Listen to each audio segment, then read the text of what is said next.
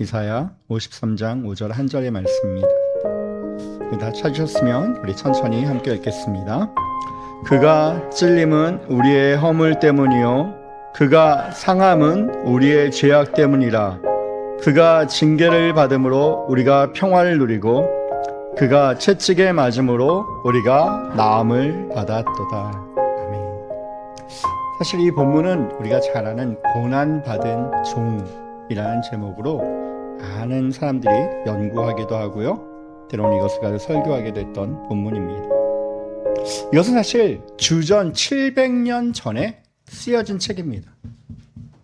이사야가 주전 700년 전에 예수님이 오시기 전에 마치 그 현장에 있었던 것처럼, 예수님이 그 고난받으시는 그 마지막 그 현장에서 보고 마치 쓴 것 같은 내용을 오늘 이 본문 가운데 700년 전에 예언해 놓았다는 것입니다.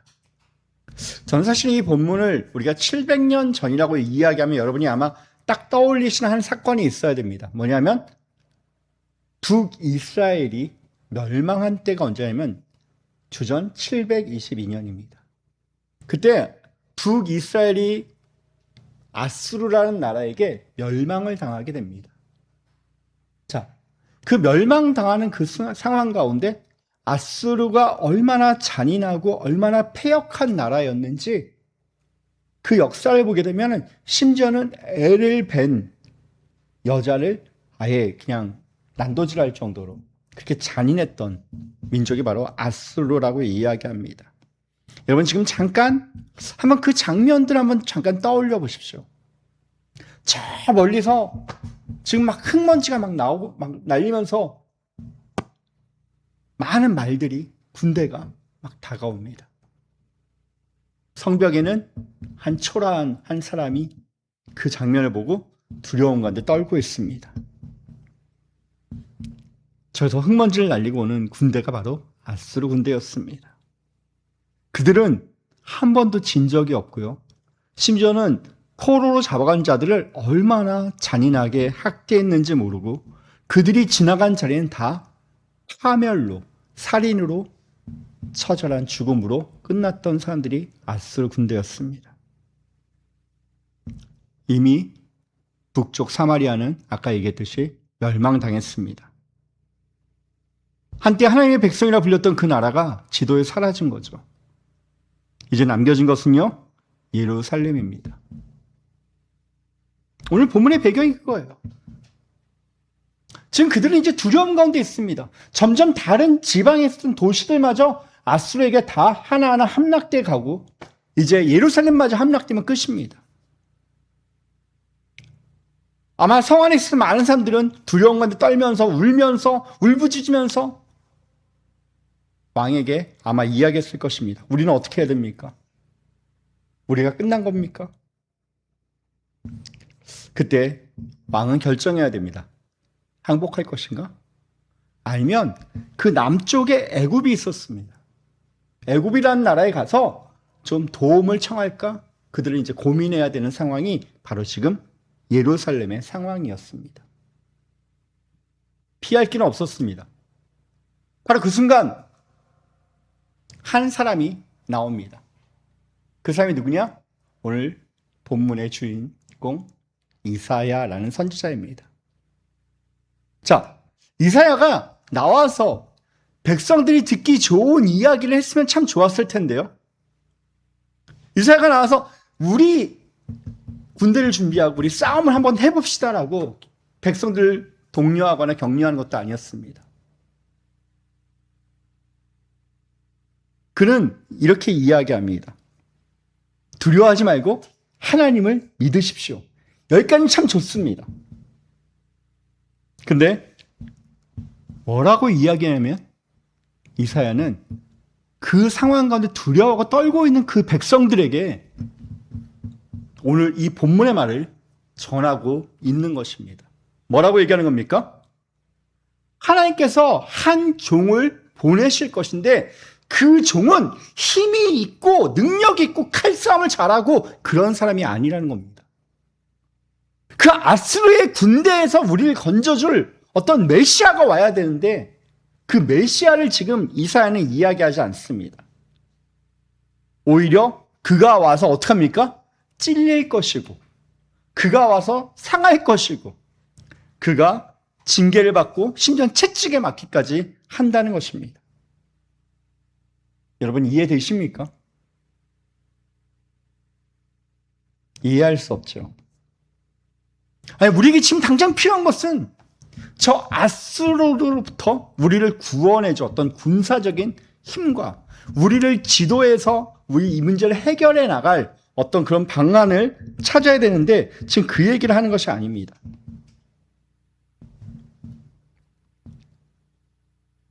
지금 아수르를 왕이 아니라 지금 뭘 이야기하고 있습니까? 하나님은 우리 가운데 더 중요한, 지금 아수르가 문제가 아니라는 겁니다. 아수르의 문제가 아니라 지금 더 심각한 문제가 하나 있는데 그 문제가 뭔지 아십니까? 그게 바로 죄라는 것입니다.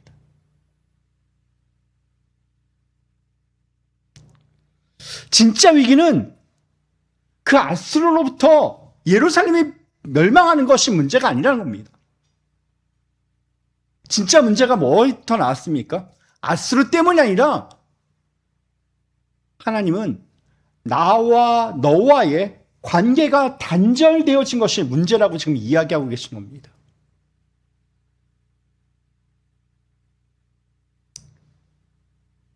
그래서 하나님은 아수르를 이길 왕을 보내고 군대 장관을 보내고 군대를 보내는 것이 아니었습니다. 그 죄의 문제를 해결할, 그 죄를 짊어질 사람을 보내겠다라고 지금 예언하고 있는 것입니다. 사랑하는 성도 여러분, 우리는 지금 우리가 처해 있는 현실이 지금 어쩌면 이 당시의 그 모습과 비슷하지 않나 싶습니다. 지금 미국과 이란이 전쟁을 하면서 그 여파를 지금 우리는 다 받고 있습니다. 어쩌면 아마 전 세계에서 오히려 미국보다 전쟁을 하고 있는 이스라엘보다 더 심각하게 위기를 겪어가는 나라가 우리 대한민국인 것 같습니다. 경제적으로도 여러 가지 사회적으로도 지금 아주 지금 민감한 상황 가운데 놓여져 있죠. 여러분 어떻습니까? 이 전쟁이 해결되면 다 끝나는 겁니까? 이 전쟁만 빨리 종식되면 우리의 모든 문제는 다 해결되고 우리 모든 근심은 다 없어집니까? 환율이 좀 안정되고 기름값이 좀 내려가고, 여러분 그것으로 이 문제가 해결되지 않습니다. 어쩌면 지금 우리가 경험하고 있는데 개인적인 문제들도 있을 겁니다. 우리 성도들 가운데 육신의 연약함도 있을 거고요.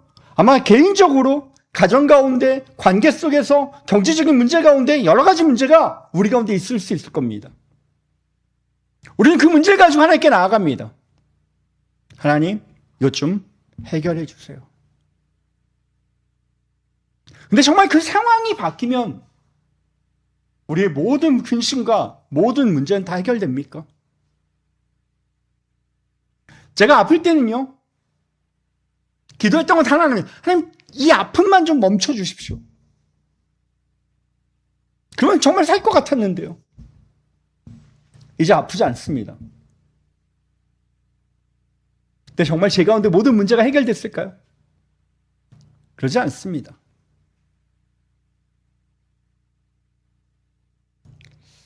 여러분, 우리의 상황이, 환경이, 내가 처해 있는 지금 당장의 문제들이 심각한 것이 아니라 진짜 우리 가운데 심각한 것이 하나 있는데 그것은 바로 우리 내재되어 있는 죄라는 것입니다. 그래서 하나님은 우리의 상황을 해결하기 위해서, 우리의 문제와 어려움을 해결해 주기 위해서 존재하는 분이 아니십니다. 물론 그때 해주실 수는 있겠지만 그것 때문에 우리 가운데 찬양을 받으시고 우리의 문제를 해결해 주기 위해서, 우리의 아픔을 고쳐주기 위해서 예배를 받으시는 분은 아니십니다. 여러분이 잘 아셔야 됩니다. 하나님은 우리를 너무나 사랑하시죠. 그 사랑하기 때문에 우리와 다시 한번 어떻게든지 교제 가운데 함께 관계를 가지고 함께 인격적으로 살아가기를 원하신 것이 하나님의 우리를 창조하신 목적이었습니다. 근데 이 관계 속에 이걸 깨트린 것이 단 하나 있는데 그것이 뭐였습니까? 그게 바로 죄였습니다.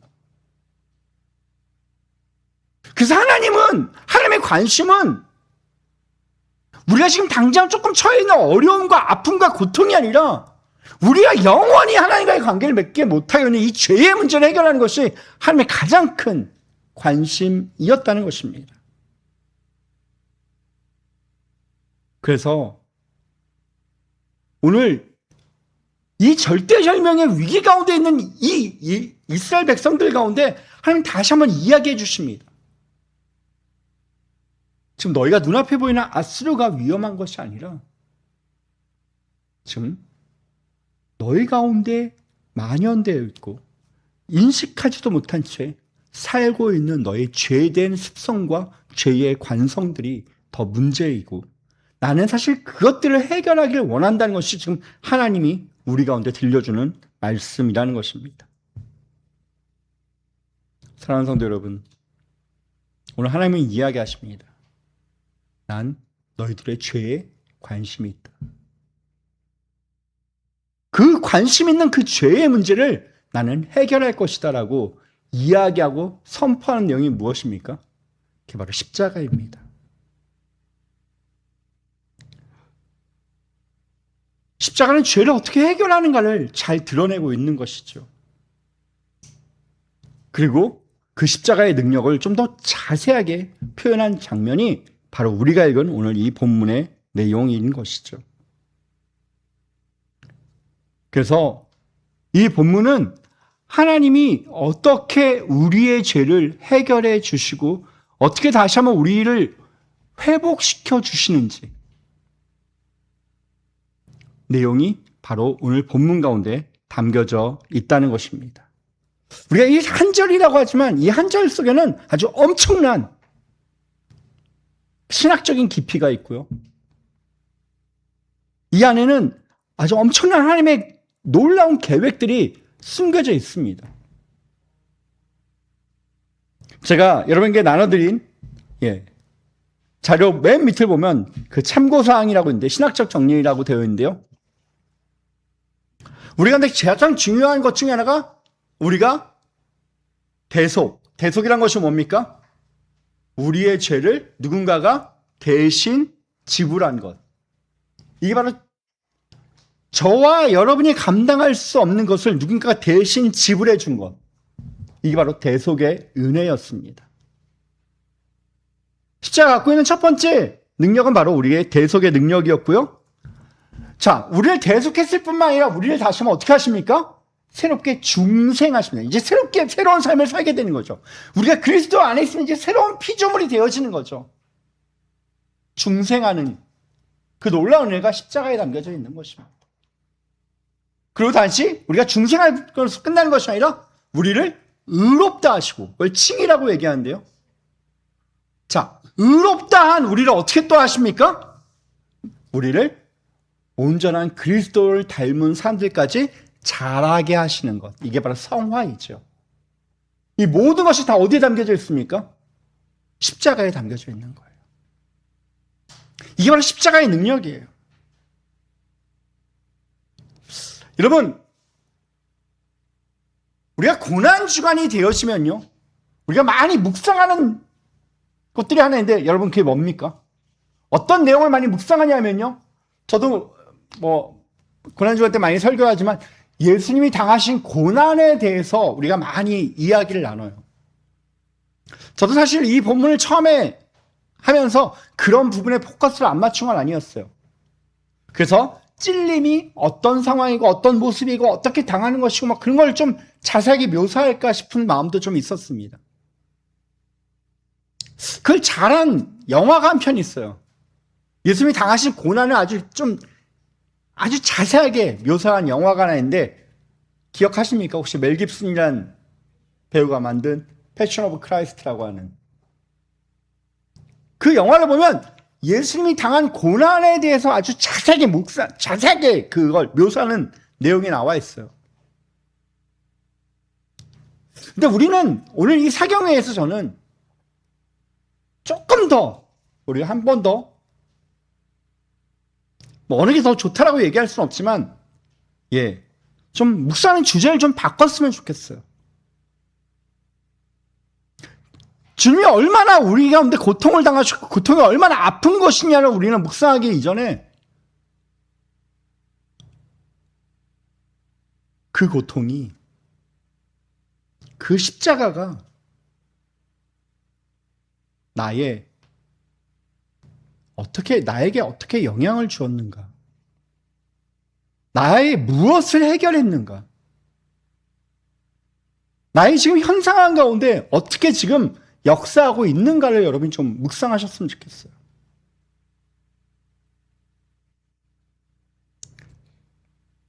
그래서 우리는 오늘 이 질문을 가지고 오늘 이 본문을 한 절 한 절 좀 깊게 한번 여러분과 살펴보려고 합니다.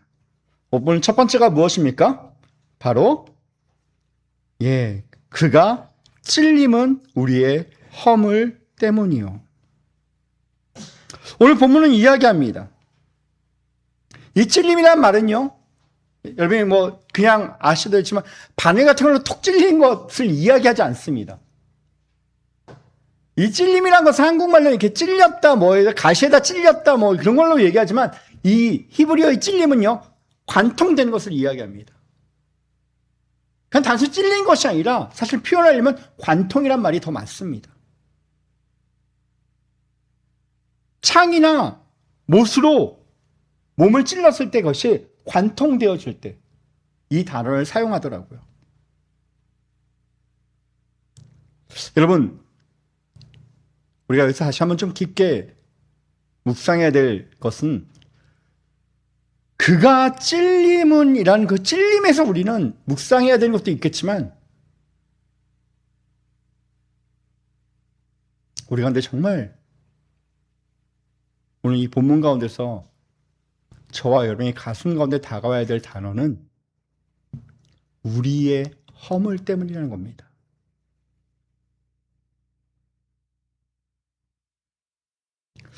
예수님의 죄 때문이 아니었습니다. 그의 잘못과 그의 실수 때문도 아니었습니다.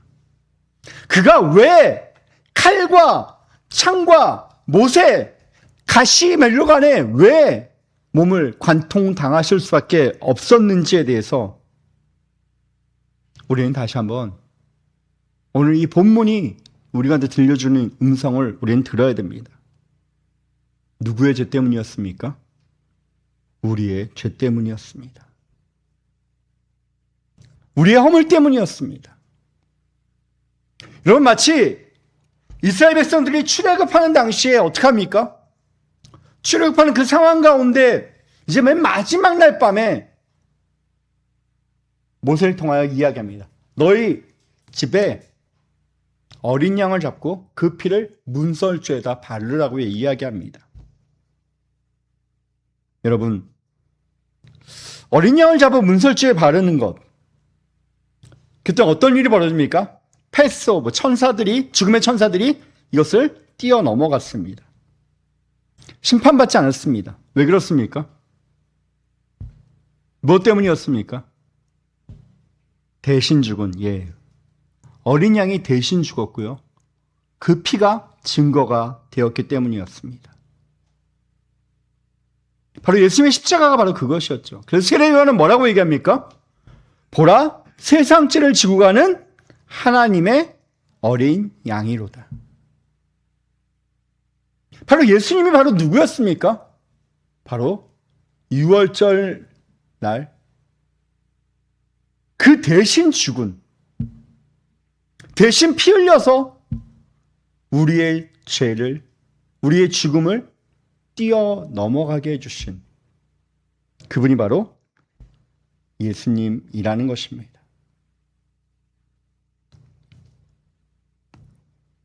여기서 우리 가운데 또 한 가지 더 묵상해야 되는 것은 무엇입니까? 그분이 이미 값을 대신 치러주신 거예요. 근데 우리가 또 체면 문화 있지 않습니까? 유교 문화가 우리 가운데 있어서 우리 가운데 대충 어떻게 합니까? 뭔가 이렇게 하면은 나도 좀 같이 뭔가 예수님이 이만큼 하면 나도 뭐 100칠 도 맞들면 나 되는데 나도 조금 뭔가 뭐 보탤 것이 있지 않나? 싶어서 우리는 마치 무엇인가를 내가 거기에 덧붙이려고 하는 습관들이 있어요. 그래서 우리가 뭔가 선행을 더 해야 되고 뭔가 도덕적으로 윤리적으로 내가 좀 더 뭔가 온전하게 해야지만이 그 구원이 완성을 이루는 것처럼 우리는 생각할 수 있어요. 예수님이 한 98%로 완성해 놨다면 내가 거기에 한 2% 정도는 뭔가를 내가 해야지만 된다고 생각하는 경우가 있어요. 어떠십니까? 대다수 많은 그리스도인들이 갖고 있는 착각 중에 하나가 이거죠. 그래서 여러분, 그 조건이 이루어지기 위해선 전제가 뭐여야 되냐면 예수님의 구원이 불완전함을 여러분이 인정하신다면, 예수님의 구원이 완전하지 않기 때문에 내 무엇인가가 들어가야지만 완성되어진다고 착각하신다면 여러분, 이건 잘못된 겁니다. 예수님의 구원은 99%도 아니고 100% 안전한 것입니다. 우리의 무엇인가 더 필요하지 않습니다. 더 이상 우리 가운데 어떤 정죄는 없습니다.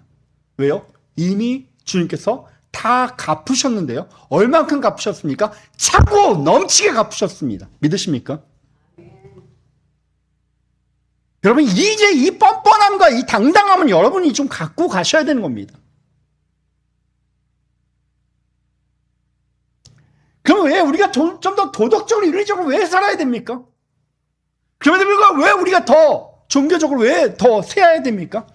그 은혜가 감사한 것에 불과한 거예요. 감사하기 때문에 주님께서 나를 위해 죽어주신 그 100%의 그 은혜가, 차고 넘치는 그 은혜가 너무 감사하기 때문에 나는 거기에 정말 반응하면서 내가 좀 더 그 은혜 정말 값 없이 그냥 하는 것이 당연한 것이라고 생각하는 것이 아니라 그게 너무 감사하기 때문에 나는 어떻게 되는 겁니까? 좀 더 내 자신을 돌아보고 내가 무엇인가 구원을 더 완성하기 위한 것이 아니라 나의 선행이, 나의 무엇인가 봉사가, 희생이, 헌신이 그 감사의 표현으로 되어지는 것임을 여러분 잊지 마시기 바랍니다.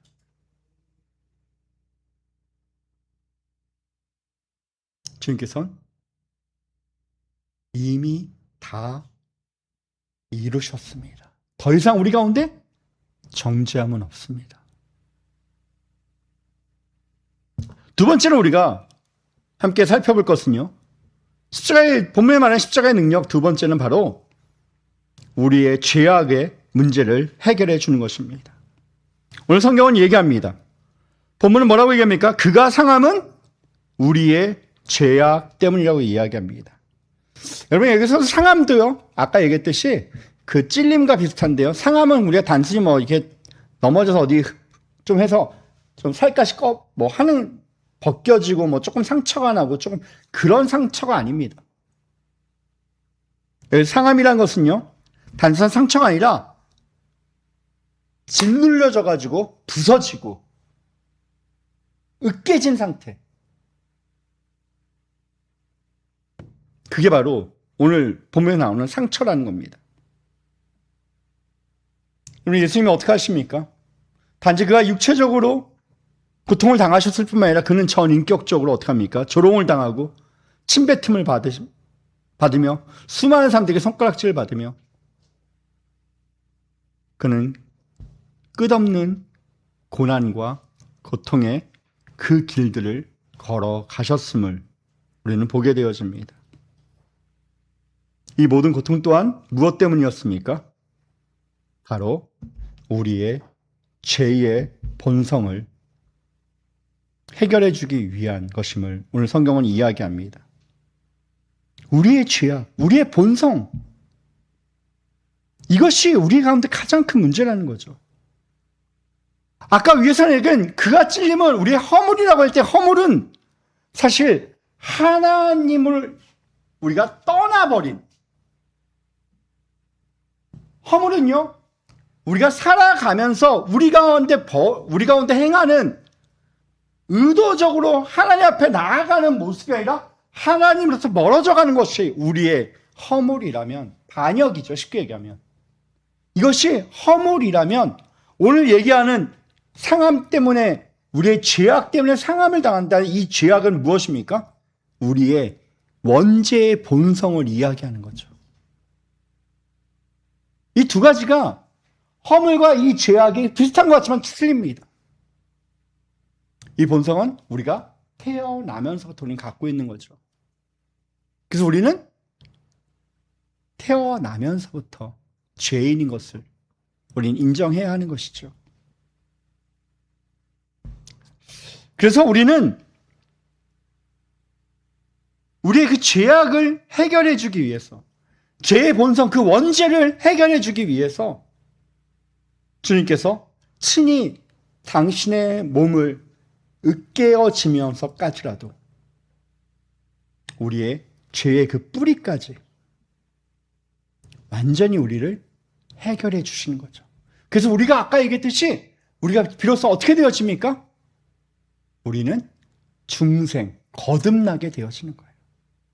이제 우리 가운데 모든 것은 다 우리의 죄악이 있어, 우리가 살아가면서 행해왔던 우리의 죄악들이 해결되어지고, 우리의 마음속에 있었던, 우리의 본성 속에 남겨있던 우리의 원죄까지도 해결되어지는 것, 이것이 바로 십자가의 능력이죠.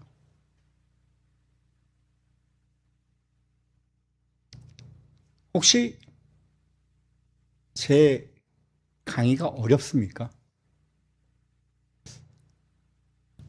아니면 너무 졸리신가요?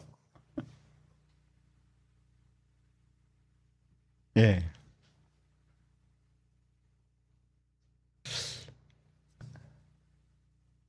이것은요, 예수님께서 우리의 죄를 대신 짊어지시고 그걸 전가한다고 얘기하는데요.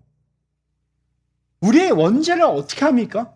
우리의 원죄는 우리가 아담으로부터 계속적으로 내렸던 이 원죄는 우리 가운데 해결할 수 있는 부분이 없죠. 그래서 예수님은 동정녀 마리아를 통해서 태어나심으로 인하여 그분이 원죄가 없이 이 땅 가운데 태어나시고요, 그분에게 우리의 원죄가 전가되어지는 것, 이것을 통하여 우리의 문제가 해결되어지는 것.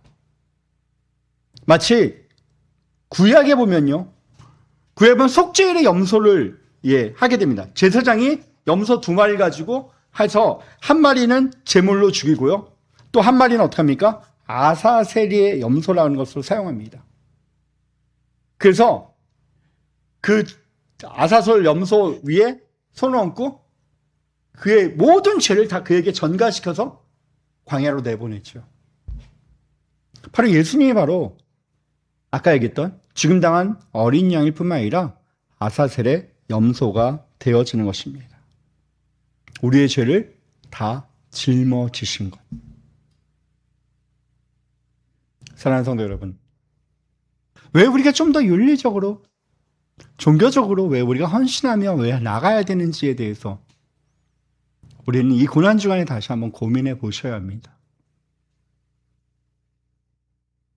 당신의 몸을 관통당하면서, 당신의 몸에 으깨짐을 당하면서, 그 육체뿐만 아니라 인격까지도 조롱과 멸시를 당하시면서까지도 십자가에서 내려오지 않고 그것을 감당하셨던 그 주님의 모습을 우리는 다시 한번 묵상하면서 우리가 어떻게 살아야 될 것인가를 다시 한번 여러분이 결단하셔야 하는 겁니다. 이제 이 죄의 문제 가운데 해결해 주신 그 은혜가 우리 가운데 더 이상 의심하며 고민하며 그것 때문에 여러분이 번뇌해서는 안 된다는 겁니다.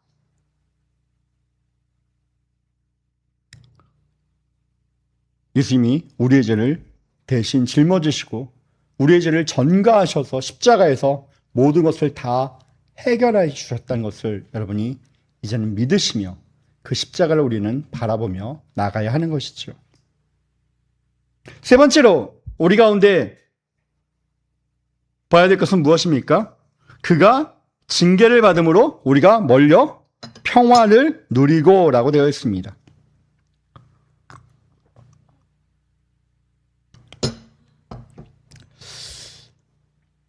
여러분, 우리가 받아야 될 죄의 결과들이 있죠. 아까 했던 죄의 그것이 아니라 죄는 행하였어요. 그 죄의 결과들, 우리가 받아야 될 형벌이 있어요. 근데 그 형벌까지도 지금 어떻게 하셨다는 겁니까? 대신 그분이 짊어지시고요. 법적인 문제, 우리가 죄의 문제를, 내가 갖고 있던 죄의 문제를 해결해 주었다 하더라도 뭐가 문제가 남겨져 있습니까? 그 죄의 결과에 대한 문제는 남겨져 있는 것이죠. 그 법적인 문제까지 해결해 주지 않는다면 죄의 것은 용서받았다 하더라도, 죄의 것은 해결되었다 하더라도 그 죄의 결과에 대해서 우리가 받아야 될 형벌은 남겨져 있는 것이죠. 가장 큰 형벌이 뭐였습니까? 죄의, 아까도 얘기했지만 죄가 가져온 가장 큰 문제가 무엇이었습니까? 누구와의 관계가 깨어진 것이었습니까? 죄라는 것이 가져왔던 가장 큰 것은 바로 관계가 깨어지는 것이어서 분리되어지고 나뉘어지고 멀어지는 것이 이 죄의 문제였거든요. 단지 우리가 죄를, 그러면 너가 이때까지 했던 그 죄의 문제를 해결해주고 너가 갖고 있는 원죄를 해결해주는 것뿐만 아니라 또 십자가의 또 다른 능력 중 하나는 뭐냐면 이 죄로 인하여 이루어졌던 결과가 무엇이었습니까? 하나님과 우리 사이가 너무 멀어져 있었던 거예요. 그 앞에 가까이 갈 수 없었던 거예요. 갈지는 길이 없었죠. 죄라는 것이 딱 놓여져 있기 때문에 이 죄의 강을 건너서는 하나님께 갈 수가 없었어요. 근데 이 막혀져 있던 이 죄의 이 강을 누가요? 예수님이요. 그분의 십자가가 이 죄의 강을 건널 수 있는 다리가 되어지는 거예요. 이해되십니까? 그가 징계를 받으면 그 십자가를 지심으로 우리가 평화를 누리고자 할 때 이 평화는요, 단순한 어떤 샬롬, 이렇게 안녕하세요, 마음의 평화, 그런 것이 아니에요. 여기서 얘기하는 평화는요, 진정한 평화는요, 진정한 샬롬은요, 내가 문제가 없고 어려움이 없고 그런 것이 아니라, 문제는 조금 있고 어려움도 좀 있지만 내가 누구와 다시 한번 회복되는 거냐면 하나님과의 관계가 회복되어지고 나면요, 그때 오는 그 평화를 얘기하는 거예요. 빈들이나 초막이나 내주에서 모신 것이 그 어디나 하늘나라를 고백할 수 있는 이 샬롬, 이게 진정한 샬롬이에요. 오늘 성경 우리 가운데 그 얘기를 하고 있는 거예요. 너희 가운데 이 십자가의 능력을 통하여 뭐를 해준다? 이제 단지 너희의 죄가 해결되어지고 너희가 지어왔던 그 죄가 해결되어진 것뿐만 아니라 너희의 원죄까지도 짊어질 뿐만 아니라 마침내 뭐까지요? 그 죄의 결과로 인하여 멀어졌던 하나님과 우리 사이를 다시 한번 십자가가 어떻게 되어진다고요? 연결시켜준다고요. 화목해 되어지는, 우리가 평화를 누리고 할 때 평화를 다른 말로 하면 화목이라고 얘기해도 돼요. 하나님 다시 한번 연결되어지는 거예요. 고린도서 1장 12절은 뭐라고 얘기합니까? 21절은 너희가 전에 하나님과 원수 되었다라고 얘기합니다. 뭐 때문에요? 죄 때문에요. 하나님과 우리가 원수 되었던 우리가 어떻게 되어진다고 얘기하는 거예요, 지금? 다시 한번 화합되어지는 거예요. 십자가 때문에요, 다시 한번 만나게 되어지는 거예요. 이게 십자가예요. 여러분, 제가 늘 말씀드리는 거 있죠. 우리는 하나님 앞에 나아갈 수 없었어요. 그래서 하나님이 있는 지성소 안에 대제사장들은 어떻게 합니까? 1년에 한 번씩, 그것도 대속제일에 그것도 발에다가 방울을 차고 들어가요. 줄을 묶고. 왜냐면 거기서 잘못하면 또 죽을 수도 있으니까요. 하나님을 본다는 것 자체가 불가능했어요. 근데 예수님 십자가에 달리심으로 일어났던 한 사건 중에 하나가 무엇입니까? 성막 휘장이 찢어져요. 어디서부터요? 하늘에서부터 찢어져요. 그 사람이 찢을 수 없어요. 그 40cm가 넘는 해달 가죽이나 그런 걸로 만든데요. 찢을 수가 없어요.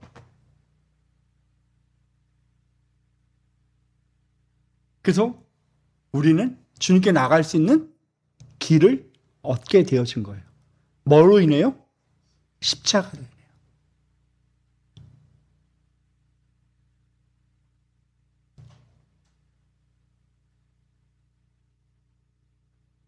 사랑하는 성도 여러분,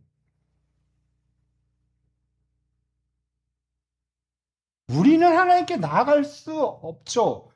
왜냐하면 하나님은 죄는 용납하실 수 없는 분이기 때문에 우리의 죄 때문에 우리가 나갈 수 없는데, 그럼에도 불구하고 우리가 의롭기 때문에, 여러분이 착하기 때문에, 선하기 때문에 하나님이 여러분을 받아주신 것이 아니에요.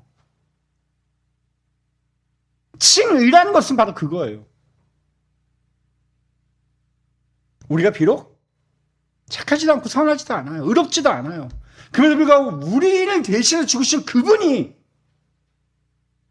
나를 죽어줬다고 내가 믿기만 한다면 그분이 죽음으로 인하여 우리를 의롭다 여겨주신다는 거예요. 그것이 칭의예요. 의롭다고 여겨주신다는 거예요. 우리를. 여러분, 이것이 바로 십자가의 능력입니다.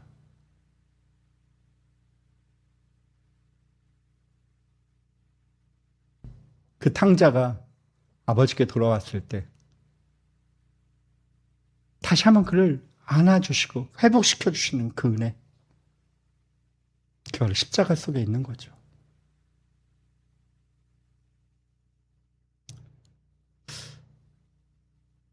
단지 사랑하는 성도 여러분, 그래서 우리가 또 한 가지 알아야 될 것 중에 하나는 샬롬의 것 가운데 정말 중요한 건데요.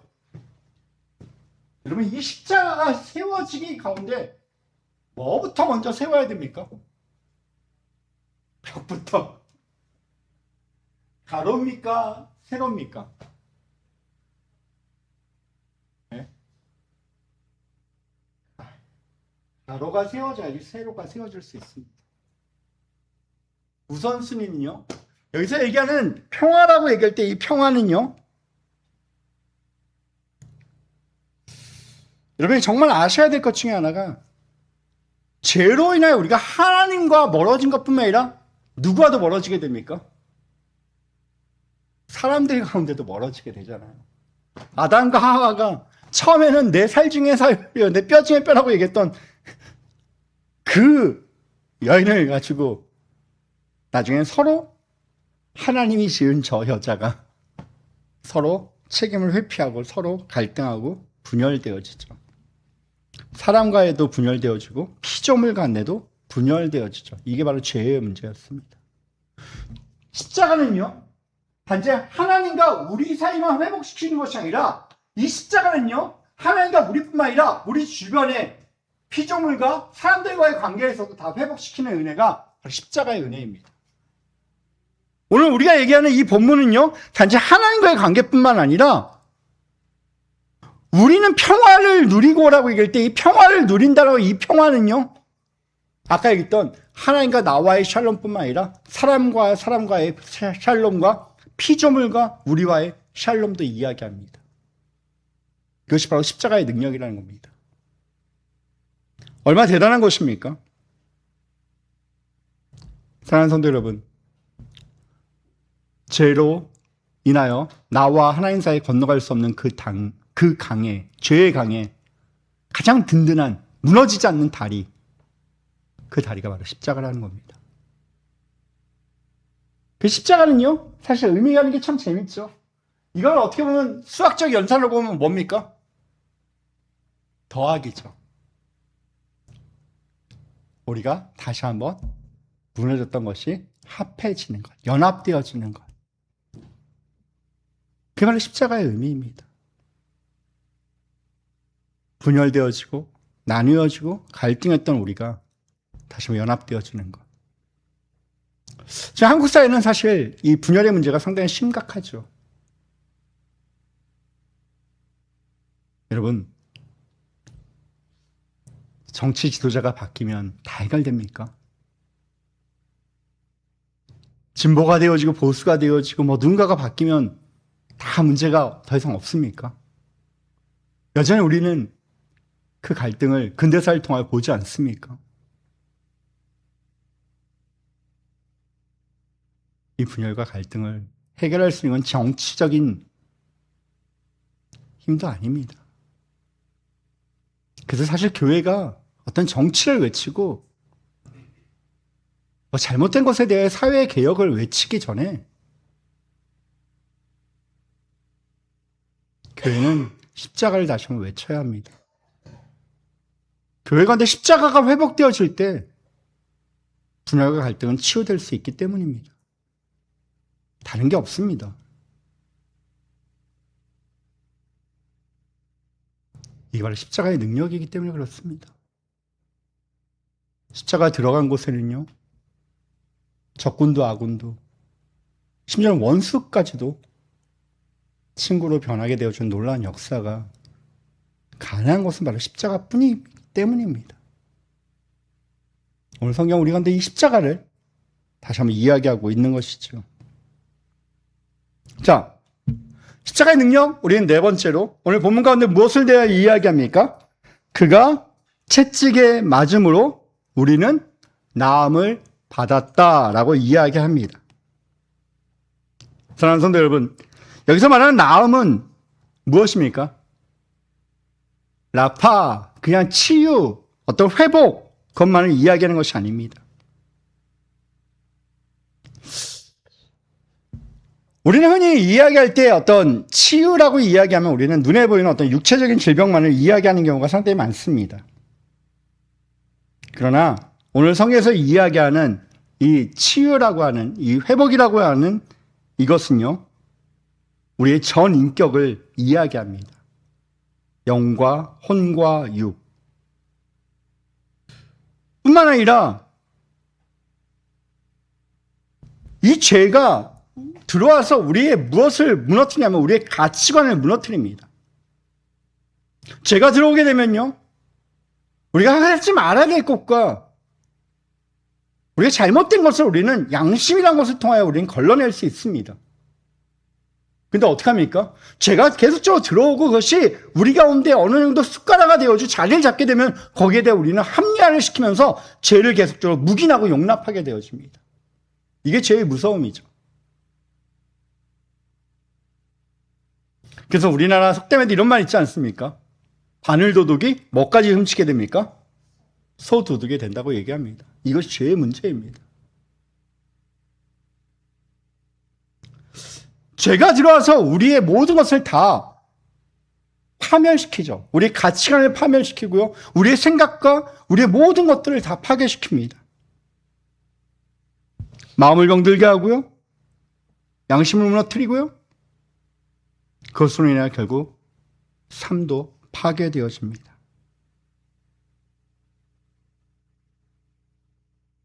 그러나 우리 십자가는 오늘 뭐라고 얘기합니까? 그분이 채찍에 맞음으로 우리 가운데 있었던 이제 관계 속에서만 하나님과 나와의 그 분열됐던 그 문제뿐만 아니라 내 가운데, 내 양심 가운데, 내 마음 가운데, 내 영혼 가운데 숨겨져 있었던 그 모든 것까지도 어떻게 되어진다는 겁니까? 치유해 주신다는 것입니다. 사랑하는 성도 여러분, 이게 얼마나 놀라운 선포인지 모릅니다. 우리의 삶 전체가 온전하게 다 치유되어지는 것. 암만 좋은 의사를 만나더라도요, 그 의사는 내 육신의 어떤 한 부분만을 하실 수밖에 없죠.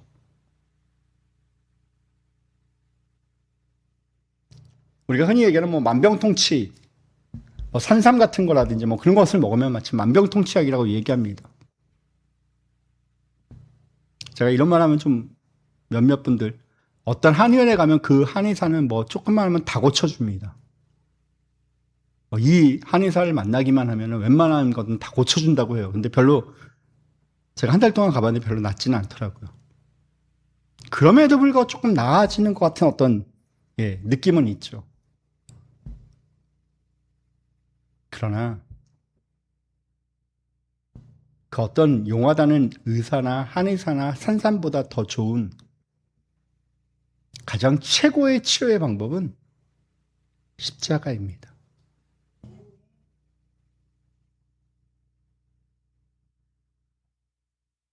정말 그 십자가를 우리가 다시 한번 묵상할 수만 있다면, 그 십자가가 정말 내 삶 속에 들어올 수만 있다면,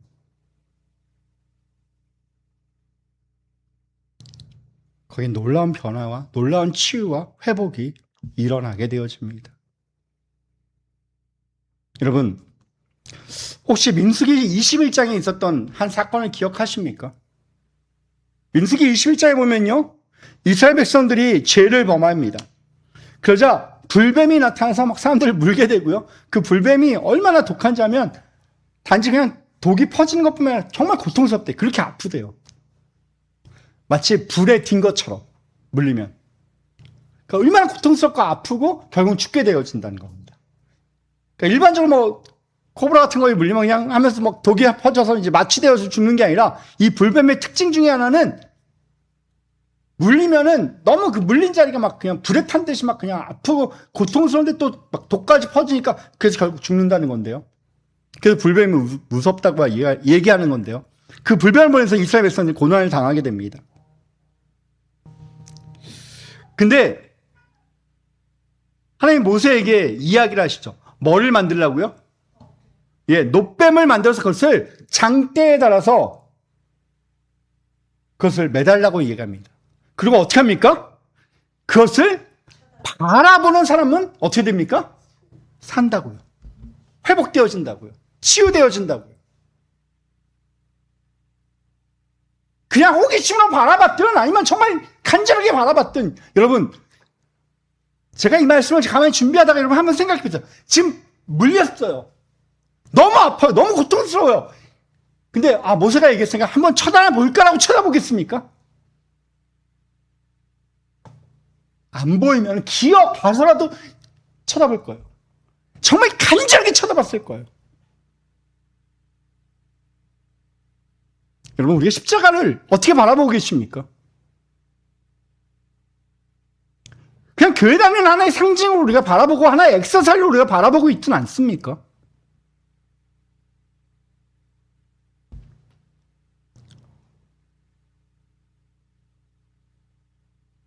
한낱 놋뱀이 그것을 해결해 줬더라면, 그 놋뱀은 구약은 신약의 어떤 그림자라고 제가 말씀드렸죠. 그 놋뱀이 예표하는 것이 뭡니까? 십자가 아닙니까? 그 놋뱀이 능력이 있는 것이 아니라, 그러나 십자가는 능력이 있습니다.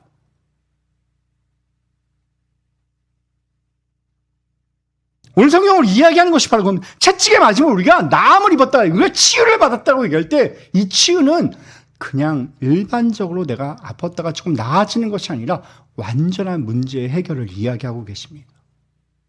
우리 가운데 있는 모든 연약함, 아픔, 고통, 눈물, 한숨을 치유해 주는 것. 이것이 바로 십자가의 능력이라는 것입니다.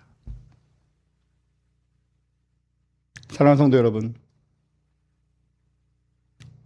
십자가는 단순히 기독교를 상징하는 하나의 심볼이 아닙니다. 십자가는 우리의 자범죄, 우리가 살아오면서 범했던 우리의 모든 죄를 해결해 주는 능력이 있고요. 우리의 원죄까지도 해결해 줄 뿐만 아니라 그 죄로 인하여 멀었던 하나님과의 관계를 회복시켜 주고요. 더 나아가서 우리의 병들었던 우리의 마음과 영혼과 전 인격을 치유해 준 능력이 바로 십자가에 있다는 것입니다. 사랑하는 성도 여러분, 여러분의 십자가는 무엇입니까? 여러분 십자가를 붙들고 계십니까? 우리는 우리의 삶을 보면서 후회만 하고 자책만 하고 때로는 연약함 때문에 힘들어하고 계시는 않으십니까? 저는 오늘 여러분에게 세 가지를 결단하기를 원합니다. 첫 번째는 죄를 인정하십시오. 내가 죄인인 것을 여러분 인정할 때 비로소 우리의 구원은 시작되어질 수 있습니다. 아직 내가 나름 괜찮은 사람입니까?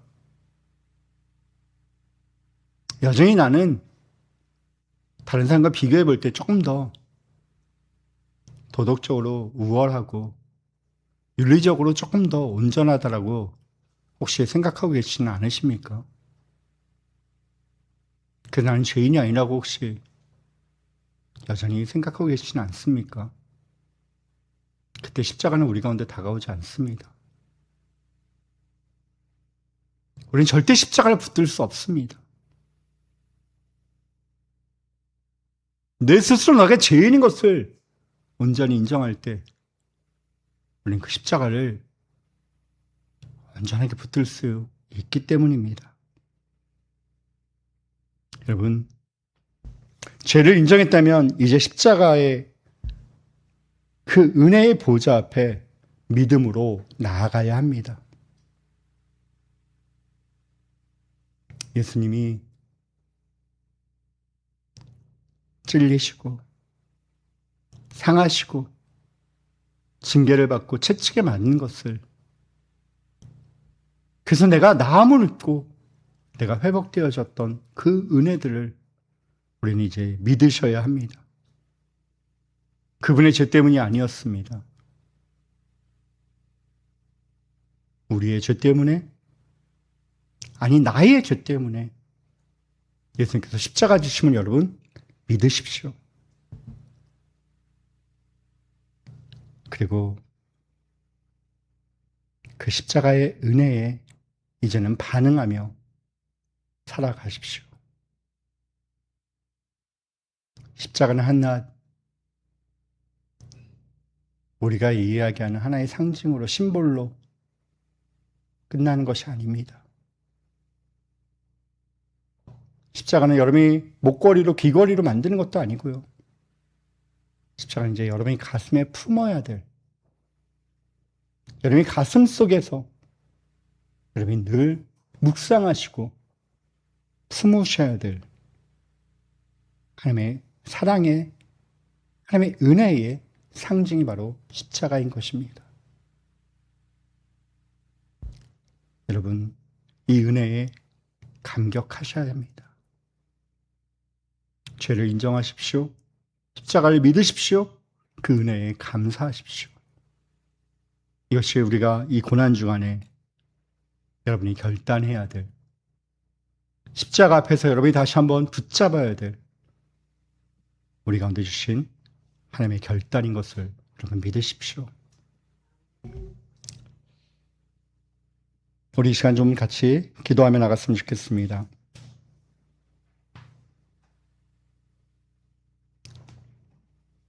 사랑하는 성도 여러분, 십자가는 우리의 죄를 해결하고 그 죄로 인하여 멀었던 관계를 회복하고 그 죄 때문에 상처 입었던 우리의 영혼과 육신과 우리의 모든 것들을, 전 인격을 회복하는 하나님의 능력입니다. 오늘 이 십자가 앞에 우리가 다시 한번 나갔으면 좋겠습니다. 우리가 너무 익숙하게만 생각했던